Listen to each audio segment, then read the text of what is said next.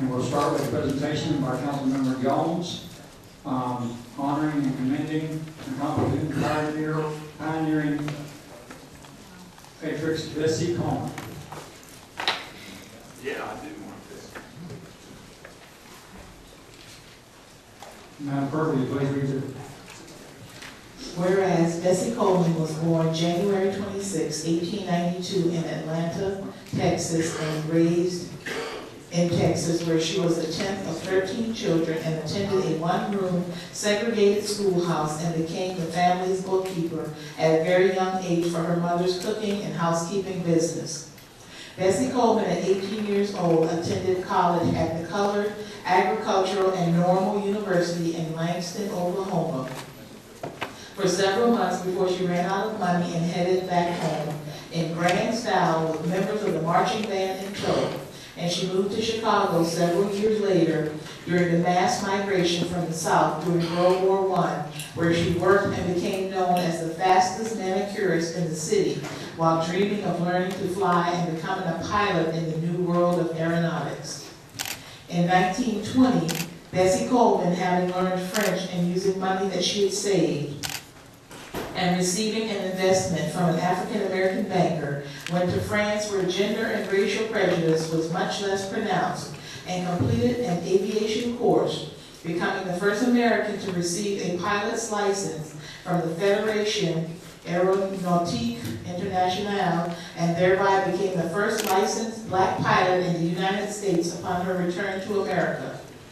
Bessie Coleman performed in air shows around the country where she became known as Queen Bess and Brave Bessie as a result of her breathtaking air maneuvers and highly entertaining parachute jumps. And the Norman Studios in Jacksonville communicated with Bessie about using her flying skills to make what would later become the movie The Flying Ace. And Queen Bess gave lectures inspiring others to pursue their dreams, all while saving up money to make her dream come true of opening a flight school so that African Americans could learn how to fly here in the United States. In 1926, on April 30th, while on a barnstorming tour in Florida, Brave Bessie fell from her plane in Jacksonville at the now defunct Paxson Airfield and was killed.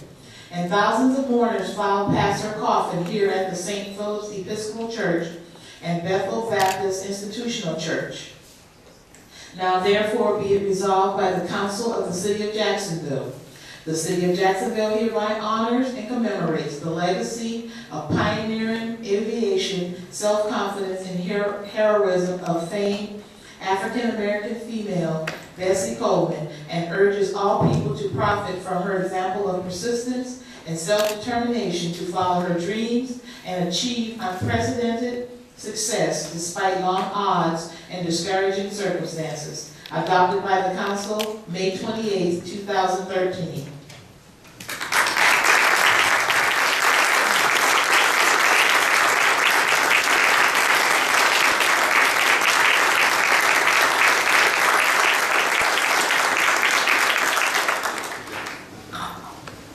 Mr. President, members of the Council, it's an honor to recognize a young person who unfortunately perished here in Jacksonville in the old Paxson Airfield, which is now home to Paxson High School and James Weldon Johnson Middle School here in Jacksonville. But the determination, the dogged determination that Mrs. Coleman showed and wanted to become a licensed pilot in this country, having to leave this country, learn another language, that she could even get a license, is commendable. And that kind of determination is to be commended. I think we all wish that more young people had that kind of dogged determination. So I just want to thank Mr. Sokoni for bringing that to our attention. We need to do much more to recognize an incident. My wife's grandmother happened to witness her crashing here in Jacksonville. I always wondered why she was afraid of flying. And I thought it was because of her age. But she, in 1929, at Paxson Field, witnessed the lady, Miss Coleman, dying, and that's why she became afraid of flying. So I just want to thank the Council for approving and thank Mr. Sokoni for bringing it to our attention. Mr. President? Well, when you're talking about dogged determination, I too want to recognize Mr. Opio Sokoni. Of course, us beach people are that way, aren't we, Mr. Sokoni? That's right. So he came before the council, I mean, nobody had heard of Ms. Coleman, and he told the story and stayed behind this thing, and I'm expecting that the next move will be a full-size statue of Bessie Coleman maybe coming along. That's where we're moving next possibly. Well, anyway, but I applaud you, sir, for your diligence and your determination to get this done. You stayed right after it. I know you're also on Ms. Boyer's task force, and I know you'll demonstrate that same dogged determination in reviewing consolidated government. Thank you, sir. You're up. Oh, Jim, I'm sorry. As a naval aviator, I think it's wonderful that we have somebody like Bessie Coleman that we can honor. And it's my great honor to be the co-sponsor of this, this resolution. And thank you for bringing it to our attention. She's a special woman, and she just should help you and everybody here that if you have your dream, you can do it if you really want to. I was fortunate. When I went into naval aviation, I didn't have to learn French. So I was pretty lucky. So, but anyway, thanks again. We appreciate it. My name is Opio Sokoni. I was born and raised here in Jacksonville, Florida. First, I would like to thank to the Mayor, Alvin Brown, for signing this resolution, and to all the members of this body. A special thank you to Councilman President Gulliver, and a particular thank you to Councilman Jones as well for being right on this from the very beginning. And I would also be remiss if I did not mention my Councilman Gaffney over there. Really appreciate it. Bessie Coleman represents an incredible time in U.S. history. Women were gaining their right to vote. World War I was over and the economy was roaring. Blues, jazz, and the swing dances like the Lindy Hop, the Black Bottom, and the Charleston were shared by the entire country. The Harlem Renaissance was at full steam along with the Marcus Garvey movement.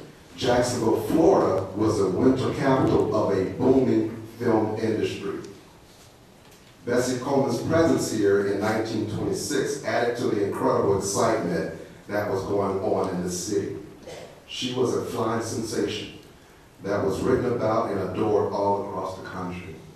Her death here in Jacksonville sent ripples throughout the new aviation community and deep into the African American community. The impact of Bessie's death, however, caused admirers to fulfill her dreams of opening flight schools in the United States. One of those flight schools was placed at the Tuskegee Institute, which trained the World War II hero pilots called the Tuskegee Airmen.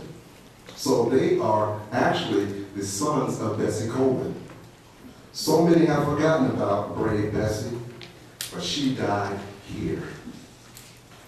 We do well in honoring her. Let's agree to do more.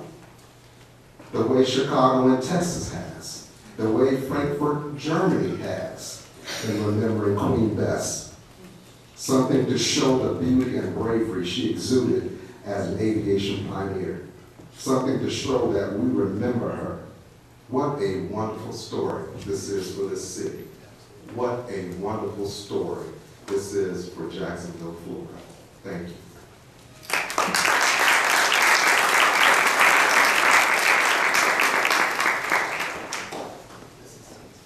Dr. Gaffney, you had a comment or a question? Yes, thank you, Ms. Aggie. Anyway, I just want to take this opportunity and thank you, Ms. Sokoni, for what you've done, your hard work, your diligence, your due diligence, and for educating us about our community, about some of the individuals, African Americans that have been very successful pioneers. I often tell people, during my travels in the community, it's not just athletes. They say, Dr. Gaffney, we need to recognize these individuals and stuff in sports.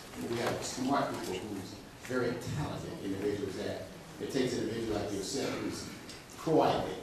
When we say poverty solution, you're going out and educating people about people that have gone on to greatness. This is something that our kids need to know, education and history, to understand that it's just not through sports and just not through hip hop that you can make it. So once again, thank you for your due diligence, for helping us to help you, to help the community, to recognize such a distinguished individual. And perhaps we can see her in a statue in the Jacksonville National Airport. Thank you very much. Thank you, Councilman Gaffney. We have someone else who wants to speak. Good afternoon, and I bring you greetings from the Bessie Coleman Aerospace Legacy. I am president and board member there, and my real job is I'm a professor at Embry-Riddle Aeronautical University.